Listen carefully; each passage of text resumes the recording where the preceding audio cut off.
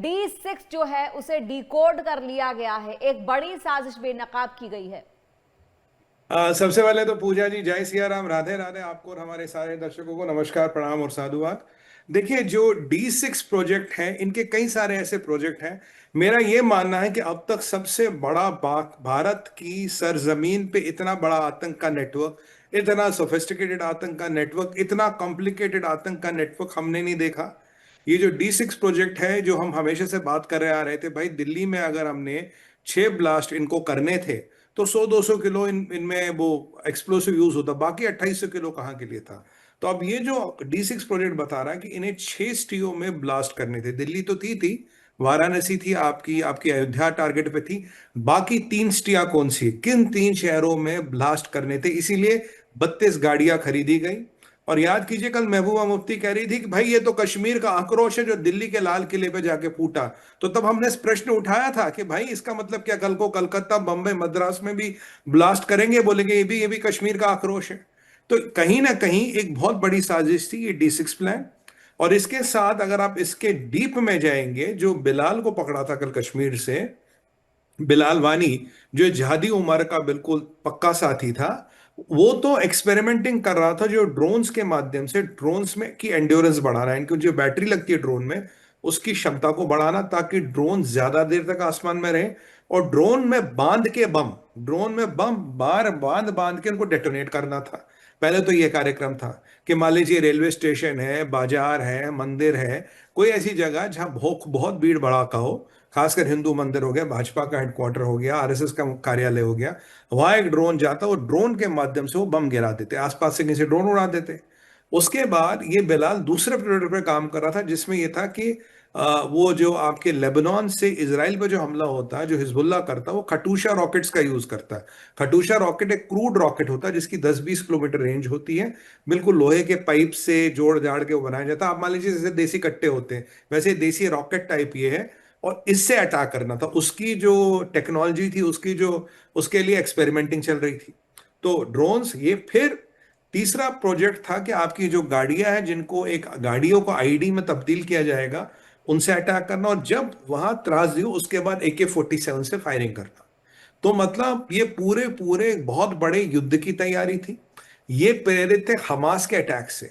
जो हमास ने अटैक किया था 7 अक्टूबर 2023 को इसराइल पे, उस अटैक से प्रेरित थे। उस लेवल का डिस्ट्रक्शन, उस लेवल की तबाही मचाना चाहते थे। और इनकी जो सरखना है, डॉक्टर सर्जन जिसे डॉक्टर शाहीन है, इसको सब पता था। ये सबकी मास्टरमाइंड थी। इसके संपर्क में ये सारे जहादी थे, और लगभग लगभग सारे मॉड्यूल इसके संपर्क में थे। और ये पाकिस्तान और ISI के संपर्क में थी, जैश मोहम्मद के संपर्क में थे, मसूद अजहर के परिवार से बातें करती थी। तो ये जो अब भी चिंता का विषय, जो हम बार बार हाईलाइट करने की कोशिश कर रहे हैं कि बाकी गाड़ियां कहाँ हैं, और वो 3 सिटियां कौन सी है जो इनके निशाने पे थी। दिल्ली में 6 धमाके तो करने ही कर रहे थे, तो हमें पहले दिन से पता। अब बाकी 3 सिटियां कौन कौन सी जो इनके निशाने पे थी, वहां कितने बड़े धमाके करने थे, क्या प्लान है, ये ड्रोन कहाँ पहुंचे, कहीं और ये रॉकेट असेंबल तो नहीं हो रहे। आज भी लोग पकड़े गए कश्मीर से, आपके नूह से पकड़े गए हैं। आज भी क्रैकडाउन जारी है। अल्फला में आप देखिए, 25 जगहों पे छापेमारी ईडी ने की है। वो जो अल्फला के वो जो थे ओनर, वो भी आज सुबह घर में मिले। वैसे तब से तो लापता थे, उनके भाई को भी धर लिया गया है, ओनर को भी धर लिया गया है। उनसे भी पूछताछ हो रही, भैया ये पैसा वैसा कहाँ से आ रहे हैं, ये रॉकेट और जहाज की फैक्ट्री कहाँ से चला रहे थे। मतलब एक व्हाइट कॉलर जहाज जिसे कहते हैं, एक सोफिस्टिकेटेड जहाज जिसे कहते हैं, जहां देश को भ्रमित करके, आप भेड़ के खाल में भेड़िया हो और आप देश भ्रमित करके देश को तोड़ना है। इसी में पूजा जी एक वीडियो सामने आता उमर का। देखिए वीडियो बड़ा इंपॉर्टेंट है, क्योंकि वीडियो में उमर अंग्रेजी में बोल रहा है। अंग्रेजी बोलने वाला जहादी खटाखट खटाखट अंग्रेजी बोल रहा है, जबरदस्त एक्सेंट में अंग्रेजी बोल रहा है, और कह रहा है कि हाँ, सुसाइड बॉम्बिंग इस्लाम में जायज है, सुसाइड बॉम्बिंग में ये होता है, सुसाइड बॉम्बिंग में ये होता है। ये मैसेज जिहादियों के लिए नहीं है, क्योंकि जिहादियों को मैसेज देना तो हिंदी उर्दू में देगा ना, उर्दू में बोलता। ये मैसेज दुनिया के लिए, दुनिया को बता रहा, हाँ हमने ये अटैक किया, दुनिया में अपने जहाद की, ये डॉक्टर जहाद, ये इस्लामिक जहाद है, इसकी एक जीती जागती तस्वीर है। अब इसी डॉक्टर जहाद, इस्लामिक जहाद को महबूबा मुफ्ती हो ये फारूक अब्दुल्ला हो, ये उसको संरक्षण दे रहे थे, ये इसको पेट्रोनेज दे रहे थे, कह रहा नहीं ये मजलूम बच्चे हैं, बिगड़े हुए नौजवान हैं। सवाल ये कि 75 साल से भारत कब तक ये कहानियां सुनेगा? पढ़ा लिखा फराटेदार अंग्रेजी बोलने वाला जिहादी, और पता उसे क्या कर रहा। मैं आपको शुरू से कह रहा हूं, पढ़ा लिखा था तभी अब तक बचा रहा, तभी अब तक इतना बड़ा कांड करने की ये क्षमता रखता है। सवाल आज ये है कि इन पे कितना बड़ा क्रैकडाउन हो ताकि ये प्रिवेंट हो। सवाल ये कि ऐसे आगे जहाज की फैक्ट्रियां ना बने, इसके लिए क्या किया जाए। सवाल ये है कि जो इनको राजनीतिक संरक्षण देते हैं ये नेता कश्मीर के, उनके साथ क्या हो। सवाल ये है कि जो जिहादी नेटवर्क दिन ब दिन बढ़ रहा है और हमारी सिक्योरिटी एजेंसियों के लिए मतलब बड़े कठिनाई का सबब बन रहा है, इस नेटवर्क को कैसे ध्वस्त किया जाए। और हमें क्या पता पूजा जी, और ऐसे कितने नेटवर्क पूरे भारत में कहां कहां सक्रिय है। तो चिंता का कारण बहुत है, राष्ट्रीय सुरक्षा के लिए बहुत बड़ी सेंध है, और कहीं ना कहीं राजनीतिक संरक्षण एक सबसे बड़ी आपदा है जी जिसको निपटाना पड़ेगा, जिसको सुलटाना पड़ेगा। जी जी जी जी। यहाँ पर एक बहुत इंपॉर्टेंट मैसेज जो है गृह मंत्री अमित शाह के द्वारा भी दिया गया है कि जहां जहां होंगे ढूंढ ढूंढ कर मारेंगे। यानी कि जो ब्लास्ट के पीछे हैं, चाहे वो देश के किसी भी कोने में बैठे हो या देश के बाहर कहीं भी बैठे हो, जो भी होगा उसको सबक जरूर सिखाया जाएगा। क्या कहेंगे इस पर आप? देखिए पूजा जी, अमित भाई Shah is a man of action, कहते हैं बड़े बोलते कम है, एक्शन ज्यादा करते हैं। जी मुझे लगता है अगर अमित शाह जी ने ये धमकी दी है तो इन जिहादियों के लिए अलार्म, जो टाइमर होता है ना, टाइमर का बटन दब गया है, फ्यूज में आग लग गई है। अब देखिए कब तक कौन बचता है। इस जिहाद के नेटवर्क को पूरा ध्वस्त किया जाएगा, इनके जितने समर्थक है पूरा ध्वस्त किया जाएगा। बट मुझे अमित भाई शाह ने जो कहा, मुझे उस पर रत्ती भर भी डाउट नहीं। किसी जहन्नम के कोनों से भी ढूंढ के लाएंगे। कीड़ों को दबोचना होता है पैर के नीचे, उनके साथ होगा। कॉकरोचों को के जो हशर करना होता है वही इनका हशर करना है। बट सवाल यह है कि क्या अमित शाह जी कुछ नया तो नहीं कह रहे, क्या अमित शाह जी कोई बड़ी चीज तो नहीं कह रहे। मुझे लगता है शायद अमित शाह जी का कहीं ना कहीं इशारा एक लॉ, एक नए प्रकरण की तरफ है, जहां ऐसी एक्टिविटीज को, जैसे ऐसी मानसिकता को संरक्षण न मिले। और जो इनके हितैषी है, मैं हमेशा कहता हूं जिहाद एक पेड़ की तरह है। देखिए आप जिहाद का, वो जहरीला सेब उगाता है। जी अब सेब को काटेंगे, जब तक टहनियां हैं, पत्ते हैं, तना है और जड़ें हैं, नए नए सेब उगते रहेंगे। अगर खत्म करना है तो पत्ते तोड़ने पड़ेंगे, टहनियां काटनी पड़ेगी, तने को काटना पड़ेगा, और जो जड़ें हैं जड़ों को ध्वस्त करना पड़ेगा, तब ये जहाद का इकोसिस्टम पूरा खत्म होगा।